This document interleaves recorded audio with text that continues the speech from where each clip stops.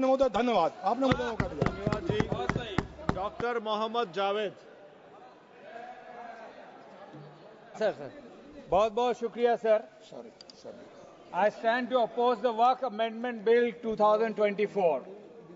यह एक plan systematic attack जिसका मकसद हमारी वक्फ इंस्टीट्यूशन को सरकारी कंट्रोल में लाना, मुसलमानों की धार्मिक और सामाजिक पॉलिटिकल कब्जा जमाना और हमारी विरासत को तोड़ना है। सर, हम सब जानते हैं कि वक्फ गरीब से गरीब जो मुसलमान कम्युनिटी के लोग हैं उनके लिए है, और ख़ास करके बेवा, अनाथ और जो बीमार हैं, जो एक्सप्लॉयटेड कम्युनिटी है, उनको केटर करना है। लेकिन मुझे अफसोस है सर कि ये सरकार वो ज़मीन हमसे कब्जा लेना चाहती है, और अफसोस की बात यह है कि आज जेडीयू, टीडीपी, एलजेपी ऐसे पार्टी उनका साथ दे रही है। सर, ये वक्फ प्रॉपर्टीज को हमसे छीनना चाहती है और ऐसे ऐसे क्लॉज का बदलाव कर रही है जिससे लगातार कॉन्फ्लिक्ट होगा। जहां चाहेंगे वहां फसाद करवाएंगे वो। इसके अलावा लीगल केसेस इतने लंबे लंबे चलेंगे कि हिंदुस्तान की आधी आबादी कोर्ट्स में मिलेगी। सर, ये वक्फ का जो है religious act under Islamic law है, which is protected by a constitution, particularly by Article 25 and 26 of the Constitution.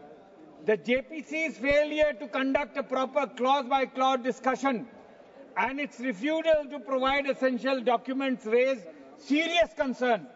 मैं आपसे रिक्वेस्ट करना चाहता हूं कि इस बिल को स्क्रैप कर दिया जाए और फिर से अगर सही नीयत है इसको सुधार करने की तो इस पे विचार सब मुसलमान साथियों से लें। ये जीपीसी एक मौकरी था सर।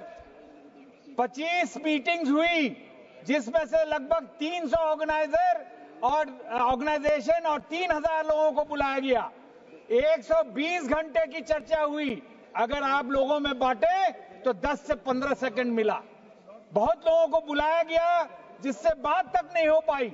22 तारीख को आखिरी हमारा लखनऊ में था, वहां पे चर्चा हुई और चर्चा में यह कहा गया कि आप 10 दिन 15 दिन में आप जवाब दीजिए, लेकिन 2 दिन के बाद यहां पे आखिरी मीटिंग हुई।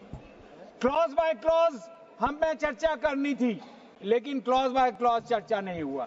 बड़ी अफसोस की बात है sir.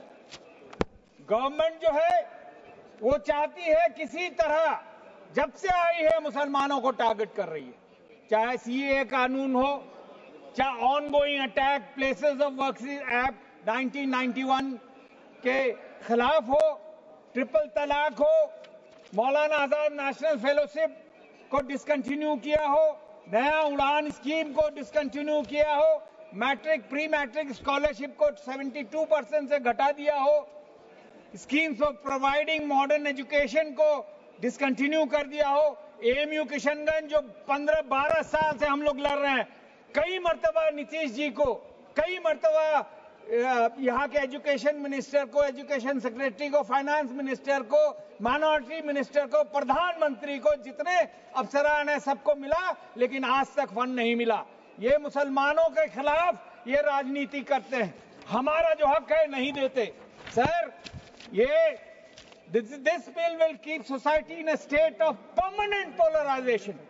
Dilution of work bodies, Waqf Council, Waqf Board, Waqf Tribunals, Limitation Act will result in extended legal conflicts anywhere, anytime, anywhere the government wants.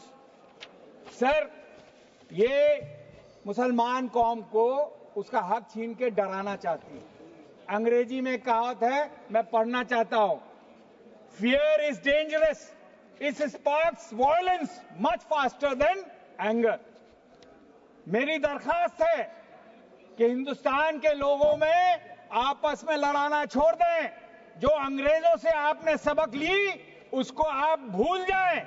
Hindustan बदल चुका है, अब आपस में हम नहीं लड़ने वाले। सर, मेरे नेता राहुल जी और हमारे प्रेसिडेंट खड़गे जी ने लगातार सवाल उठाए हैं कि कॉन्स्टिट्यूशन पे हमला हो रहा है।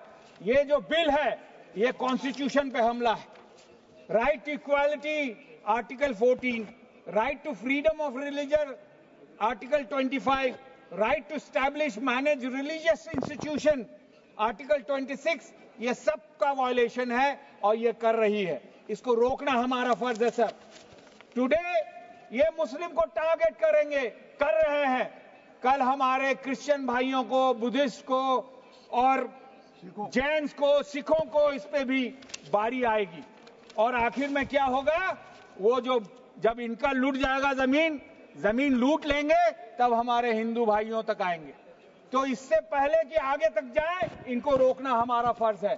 फोर्स नैरेटिव किया जा रहा है. हमारे आदरणीय ये मंत्री हैं यहाँ पे, इन्होंने गुमराह करने की कोशिश की. गोदी मीडिया, सोशल मीडिया के तहत ये लोगों में बताया जा रहा है कि कोई भी प्रॉपर्टी को वक्फ बता देता है. सर, इन्हीं के गवर्नमेंट के इंफॉर्मेशन के मुताबिक 24 में 909 वक्फ प्रॉपर्टीज आर इलीगली एनक्रोच्ड. लेकिन 2020 में ये आंकड़ा 16,931 हो गया. ये 16,000 कैसे घट गया? ये जमीनें कहां गई? इसका जवाब देना होगा माननीय मंत्री को. सर, ये कहते हैं कि कोई भी वक्फ की जमीन घोषित कर देगा, पार्लियामेंट पे घोषित कर देगा. सर, मैं सलाम करता हूं यहां जब स्पीकर साहब आते हैं, लेकिन मैंने तो कभी क्लेम नहीं किया. इसमें लिखा हुआ है to declare a Waqf property, survey by survey commissioner is important, is an must. And most of the cases में सर्वे कमिश्नर नॉन मुस्लिम होता है. उसके बाद क्या होता है? Review by Waqf board. उसके बाद फिर gazette notification by the government. पिछले 10-11 सालों में 75% गवर्नमेंट जो है हिंदुस्तान में, वो बीजेपी या उसके अलायंस के हैं.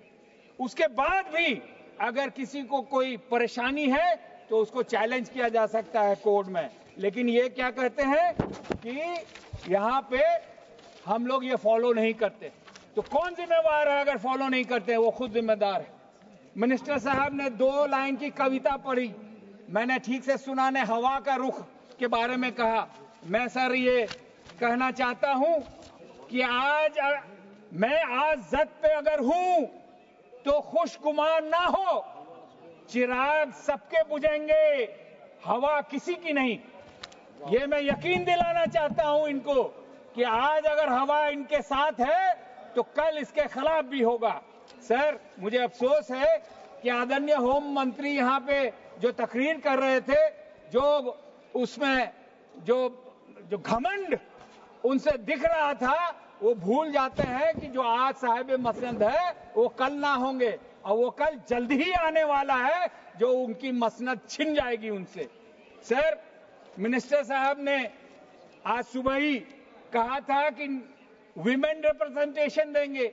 ये 1995 के बिल में है, और मैंने इंटरनेट में देखा कि सेंट्रल वक्फ काउंसिल में 2 लेडी मेंबर्स हैं, दराक्षान अंद्राबी, मुनव्वरी बेगम.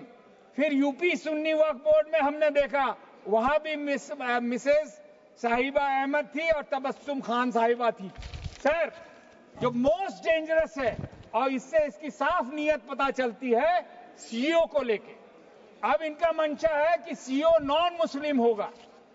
Clause 14 section 220A, chairman of work board under section 220A of the Work Act 90 through a vote non-confidence ensure the democratic process. उसको हटाया जा सकता था, लेकिन वो हटाने का प्रोविजन अब हटा दिया.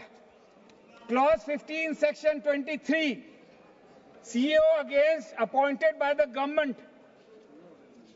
और आप देखेंगे sir, UP Kashi Vishwanath temple act, Tamil Nadu Hindu religious charitable endowment, Orissa Hindu religious endowment, ये जितने हैं, इसका जो भी मेंबर होगा, जो भी सीईओ होगा, वो हिंदू समाज से होगा. तो हमसे क्यों भेदभाव किया जा रहा है? और सबसे खतरनाक ये है सर, क्लॉज नंबर 38 सेक्शन 100, इसमें है नो सूट और legal proceeding shall be against board और सीईओ. इसका मतलब ये है कि आप गड़बड़ी कीजिए, आपको कोई नहीं हटा सकता, आपका लीगल प्रोटेक्शन है। तो आप समझ सकते हैं क्या होगा सर। क्लॉज 26 सेक्शन 52A में पनिशमेंट जो था एनक्रोचर्स के लिए, sir I have got only 8 minute sir, I have another 3 minute 4 minute sir, 2 minute sir. Punishment था नॉन वेलेबल रिग्रेस इम्प्रिजनमेंट, अब क्या कर दिया प्लेन इम्प्रिजनमेंट एंड सजा अप टू 2 years। आप जानते हैं कि अगर सजा 2 साल से 3 साल से कम हो तो बेलेबल है, उसी वक्त निकल जाता है। तो आदरणीय जो होम मिनिस्टर साहब कहते हैं कि प्रोटेक्शन देंगे, तो प्रोटेक्शन एनक्रोचर्स, सर मेरा 2 मिनट और दीजिए सर। सर ये क्लॉज 40 सेक्शन 104 नॉन मुस्लिम्स को डोनेशन देने का इजाजत नहीं है। मैं आपको बताना चाहता हूं, यही 1-2 साल के अंदर 2 Muslim have donated land leading to 500-year-old temple in Kashmir. Muslim family in Bihar donated land worth 2.5 crore for Virat Hanuman Mandir। उसी तरह हिंदू सिस्टर्स 2 उत्तराखंड, सर उत्तराखंड की 2 बहनों ने 1.5 करोड़ का ईदगाह में दान दिया। Hindus in Ayodhya donated to graveyard. Sir let me, Iqra Chaudhary ji, माननीय श्री सर ये सरकार हिंदू विरोधी नहीं, ये पुअर विरोधी है, और ये हिंदुस्तान के लोग कभी बर्दाश्त नहीं करेंगे। ये आप लिख लीजिए। सुश्री इकरा चौधरी जी, प्लीज आप बोलिएगा। धन्यवाद सभापति जी। मैं सबसे पहले दाद देना चाहती हूँ इस बिल के टाइमिंग की, कि अभी ईद की रौनक बुझी भी नहीं थी और हमारी जड़ों पर